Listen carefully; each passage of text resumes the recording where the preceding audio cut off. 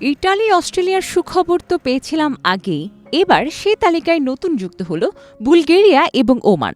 তাতেই খুলতে শুরু করেছে বাংলাদেশি কর্মীদের ভাগ্য। একদিকে দক্ষিণ পূর্ব ইউরোপের দেশ বুলগেরিয়া বাংলাদেশ ও নেপাল থেকে পর্যটন কর্মী নিতে আগ্রহ প্রকাশ করেছেন, অপরদিকে নিষেধাজ্ঞা প্রত্যাহার করে বাংলাদেশিদের জন্য 12টি ক্যাটাগরিতে ভিসা চালু করতে যাচ্ছে দক্ষিণ পূর্ব এশিয়ার দেশ ওমান।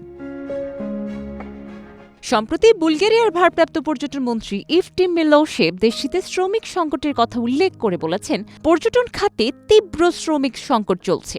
এ সময় আসন্ন গ্রীষ্ম মৌসুমের জন্য আনুমানিক 27,000 শ্রমিকের প্রয়োজনীয়তার কথা বলেন তিনি। ইউরোপীয় কর্মীদের এ কাজে আগ্রহ কমে যাওয়ায় মিলোশেভ বাংলাদেশ ও নেপালের মতো দক্ষিণ এশীয় দেশগুলো থেকে শ্রমিক খোঁজার পরিকল্পনার কথাও জানান। সেটি কার্যকর করতে সম্প্রতি দেশটি তাদের ভিসা আইন সংশোধন করেছে।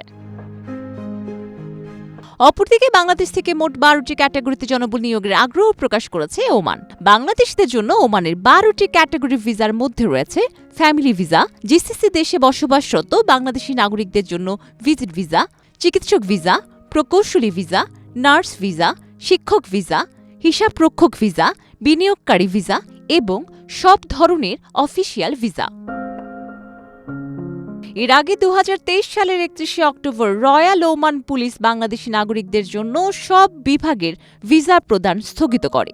এতে দেশটিতে বাংলাদেশি নাগরিকদের যাতায়াত 50%-এরও বেশি কমে যায়। ডেস্ক রিপোর্ট, প্রবাস খবর।